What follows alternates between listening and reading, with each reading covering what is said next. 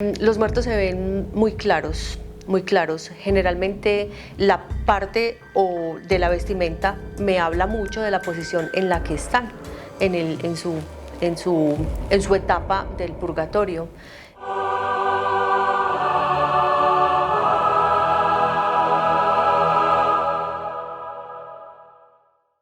Andrea Ramírez es una mujer luchadora, con muchas ganas de salir adelante.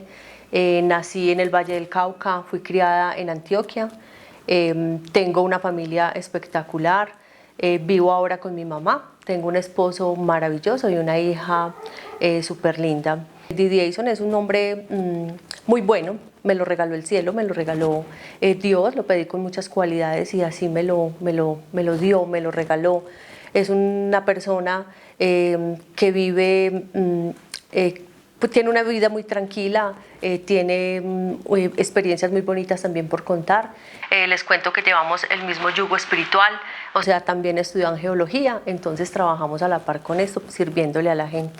De mi hija les cuento que es una mujer maravillosa, tiene 21 años, estudia enfermería, es una tesa para lo que escogió, es una tesa, es una niña que se ha desenvuelto muy bien en su carrera, es una niña muy fuerte, es una niña que se lleva toda la admiración de la mamá. ¿Qué les cuento de Andrea? Andrea es una mujer trabajadora, muy trabajadora desde muy pequeña, con muchas secuelas por el tiempo, muchas secuelas que han dejado muchos daños en mi subconsciente, pero que las he sabido como solucionar con el paso de los tiempos. Soy estilista profesional y maquilladora además. Me desempeño como angeóloga hace aproximadamente 15 años y tengo muchas cosas por contarles. Entre ellas tengo un don maravilloso que Dios me regaló. Vivo en Envigado, tengo muchas cosas para ofrecerles, muchas cosas para enseñarles. También doy clases de angeología.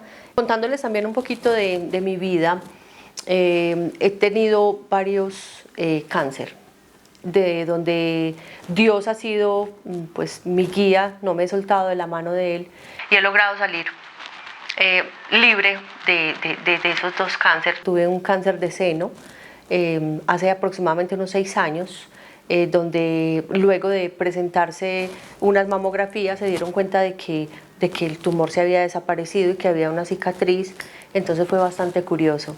Y el último, hace 2 años, me operaron de tiroides, también 6 tumores, donde creía que no iba a volver a hablar, pero de la mano de Dios todo es más fácil. Yo creo que, repito las palabras que me dijo la tía de mi hija, me dijo: Dios te puso en el mejor escenario, te puso en el mejor escenario para demostrar que Él hace con sus seres y con sus hijos lo que quiere, y de verdad me siento muy, muy, muy bendecida por Él, porque puedo estar aquí dándoles mi testimonio también.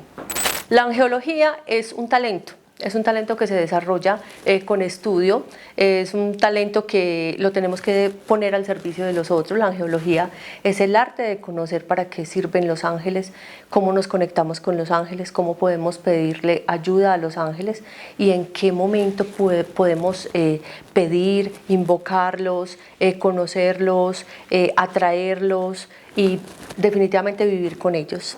La motivación para estudiar angeología fue un problema que después de que conocí a mi pareja actual, surgieron determinados eventos, digámoslo así, que nos tiraron al piso. Yo era muy alejada de la iglesia, yo no rezaba el rosario, yo no iba a iglesias, no iba a misas. De hecho, en ese momento yo estaba perteneciendo a una iglesia cristiana, a la cuadrangular de acá de Envigado.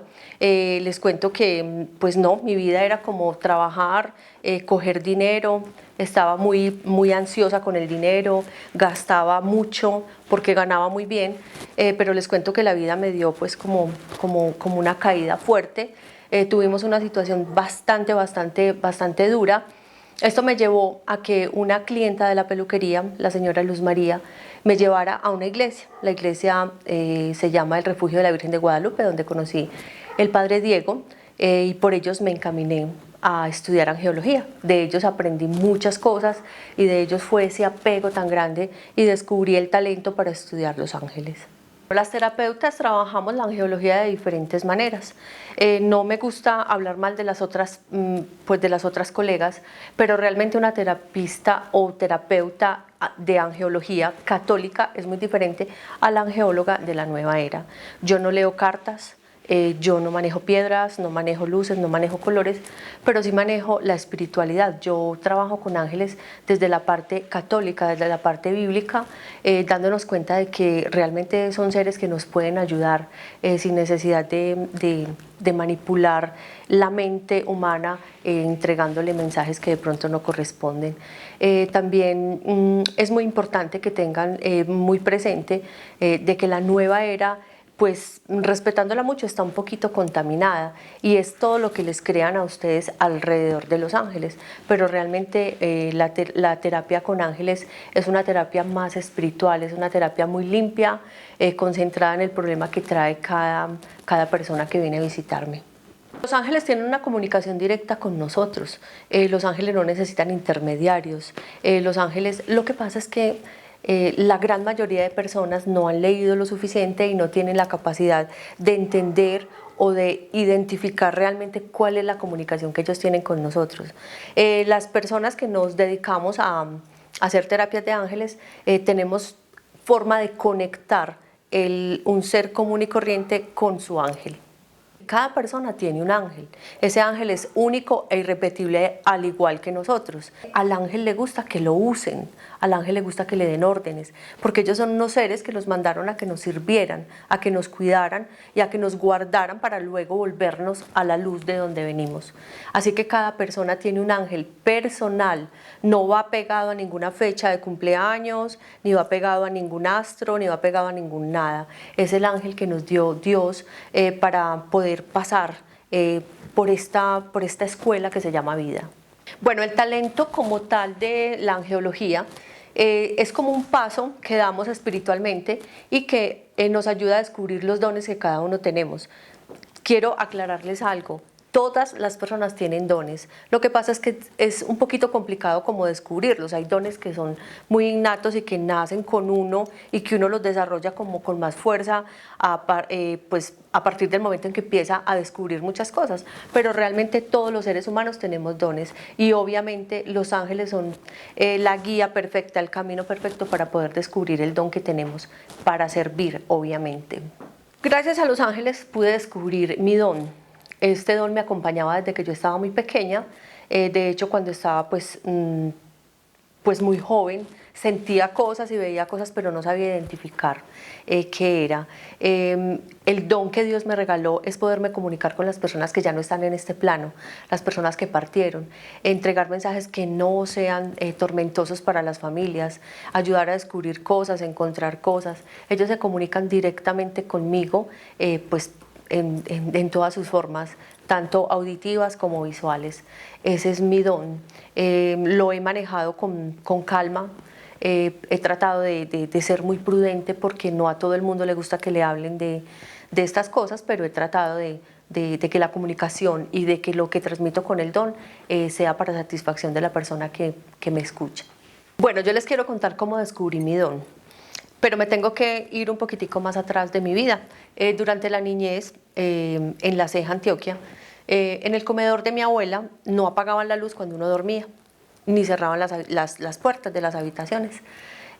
Les cuento que yo veía a unas señoras bailando en el comedor con una vestimenta muy particular y yo le comentaba a mi abuelita el otro día, pero mi abuelita la verdad no me creía, me decía pues que no, que eso era un sueño, pero era muy real. Ellas iban, se acercaban a mi cama, me tocaban la cabeza, me tocaban el cabello y se iban nuevamente, nunca me hicieron nada malo.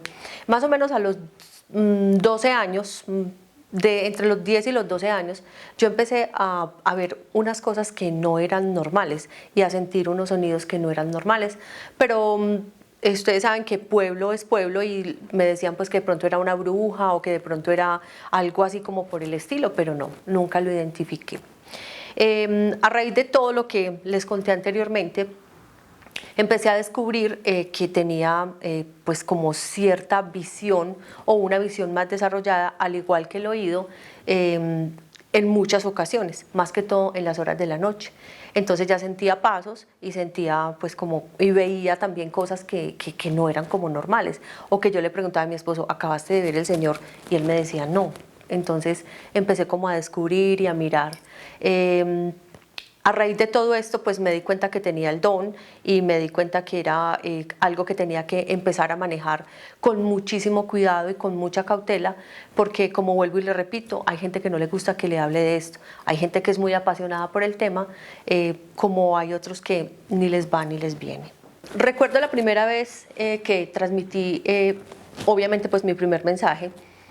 Después de haber estudiado más o menos unos 7 cursos de angeología, tengo para contarles que en todos hay un capítulo que se llama La muerte y yo me lo pasaba, pues porque realmente me daba muchísimo miedo. Hasta que en una de las profesoras, con un curso que hice con una agente de México, Sandra me dijo, Andrea, no te puedes saltar ese capítulo porque luego lo vas a necesitar. Y sí, obviamente lo necesité en el 6.º capítulo.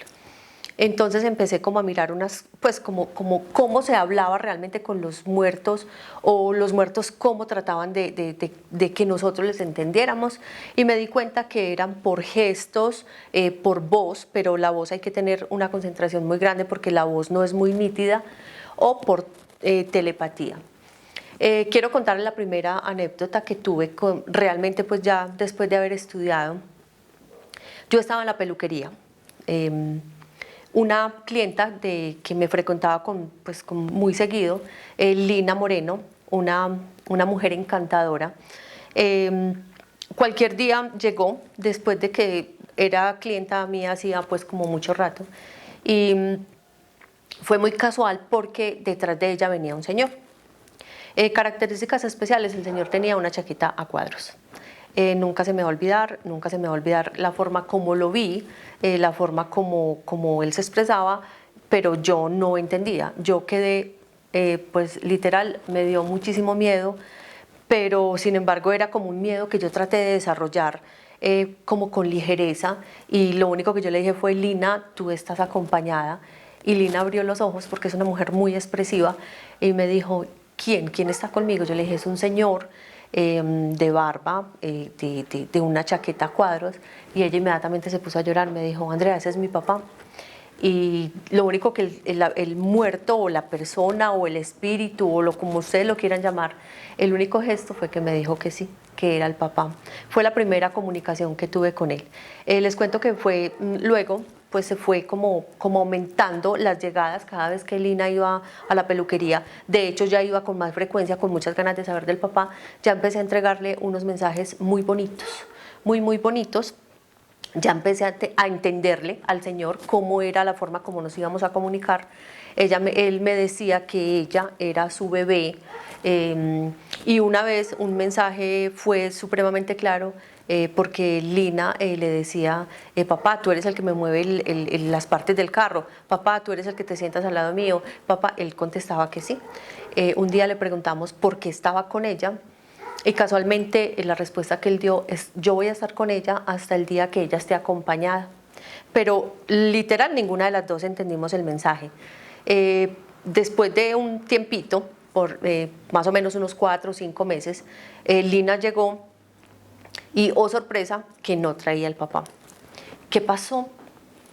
Pues yo me quedé como sin saber y pensar, pues ¿qué pasó? No se va a volver a presentar algo. Y yo le dije, Lina, ¿qué pasó? ¿Por qué tu papá no está contigo? Y ella, con los ojos llenos de lágrimas, me dijo, Andrea, estoy embarazada. Esa era realmente pues como la compañía que el Señor estaba esperando para esa hija. Bueno, les cuento, cuando yo estoy fuera de mi casa y hay alguien, o sea, algún espíritu o alguna alma de alguien cerquita y quiere que yo le dé un mensaje, realmente yo soy muy prudente por lo que les decía antes, y trato de ser muy calmada. A veces cuando voy con mi hija o cuando voy con mi esposo, pues yo le digo, ve, mira, la cajera del Éxito tiene como la mamá al lado, o tal persona tiene un niño al lado, y mi hija me dice mucho, mami, dígales, pero no, o sea, no, me freno mucho. Trato de que la persona que me quiera escuchar, pues le entrego el mensaje. La que no, pues entonces hago caso omiso a lo que me digan y no, me voy tranquila. La persona o el espíritu que está con ellas, y cuando yo no entrego el mensaje empieza a molestarme un poquito. Bueno, yo tengo una anécdota muy buena para contarles con respecto a las personas que no saben de mi don y que en muchas ocasiones pues me ha tocado, pues no digamos forzadamente, pero sí como de una manera como sin querer queriendo, digámoslo así. Mi esposo se accidentó, se hizo una herida en un dedo, nos tocó ir a Las Vegas. Estábamos afuera en la sala de espera, estábamos mi esposo y yo sentados en una banquita que es como de cemento. Yo tenía abrazada a mi esposo esperando que entrara, que lo llamaran a la cita, pues que ya lo iban a llamar adentro para suturarlo. Y una señora, pues no sé, una señora joven, se sentó a mi lado, empezó a escribir en celular, pero resulta de que yo vi un muerto que era el papá y estaba al lado de ella. Y el Señor me decía, por favor, háblele a ella. Y pues yo le empecé a comunicar a mi esposo y yo, amor, esta señora tiene un muerto y me dice que por favor le hable. Y mi esposo lo único que me dijo fue, pues amor, dile, entrégale el mensaje. Y yo le dije, no, porque pues no la conozco, pues cómo voy a llegar como una loca a decirle pues a la otra persona, ve, mira, vos tenés a tu papá muerto. Bueno, entonces resulta que mi esposo fue el que me convenció y me dijo, amor, hágalo. Resulta de que el señor que estaba muerto empezó a jalarme la blusa, porque yo tenía abrazado a mi esposo, y empezó a jalarme la blusa hasta que me desesperó tanto que mi esposo se paró y me dijo, volteate y le hablas. Yo me volteé, le dije hola, ella no me puso ni 5 de atención, ella siguió en su celular, y yo le dije, ¿cómo estás? Y ella me contestó, bien, aún sin mirarme, y siguió escribiendo en el celular. Yo lo único que hice pues como para romper ese hielo y para salirme pues como del estrés que me estaba produciendo ese momento, yo le dije, mira, yo tengo un mensaje para entregarte porque tú tienes a tu papá muerto y aquí está. Entonces ella soltó el celular. Soltó el celular y me dijo, ¿cómo así? ¿Y tú qué haces? Y yo le dije, no, mira, yo tengo el don de comunicarme con los muertos y simplemente tu papá te dice que la persona que está dentro, que es tu mamá, que por favor le tengan mucha paciencia y que todo se va a solucionar, pero que por favor arreglen pues como un poquito el problema que tenían. De hecho, ella empezó a preguntarme unas cosas, yo empecé pues a decirle lo que el Señor me transmitía para decirle, pero que no, que estuviera tranquila, que a la mamá no le iba a pasar nada, que no, pero que por favor le pusieran muchísima atención, que la mamá estaba pues adentro y que le tuvieran mucha paciencia. Resulta que ella empezó a contarme una historia y el papá no se iba del lado de ella. Ella empezó a contarme una historia que tenía un poquito de dificultad con el hermano. Y muy raro porque la persona muerta me dijo, ya viene, es el que viene allá. Yo le dije, mira, el que viene allá es tu hermano, tu papá me lo está mostrando. Ella pues no creía, ella decía, no puedo creer esto, ¿qué es esto tan raro? Sin embargo, pues yo llegué y hablé con él y el señor sí no le comuniqué pues que yo tenía la oportunidad de hablar con el papá. Pero les cuento que con esa persona me sigo comunicando.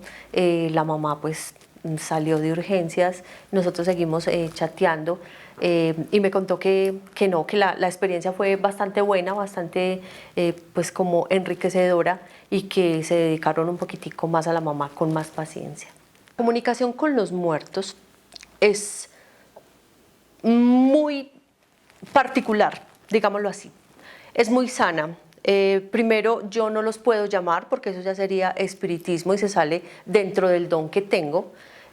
Quiero hacer aclarar ese punto, porque muchas personas vienen a las terapias y me dicen, Andrea, es que yo quiero llamar a mi papá. Entonces no se puede, pues o sea, no es lo que yo quiera llamar, es simplemente de que ellos en el momento en que quieren o tienen la posibilidad de entregar un mensaje o la necesidad, digámoslo así, se presentan para que yo lo haga. ¿Cómo los veo? Los muertos se ven muy claros, muy claros. Generalmente la parte de la vestimenta me habla mucho de la posición en la que están en su etapa del purgatorio.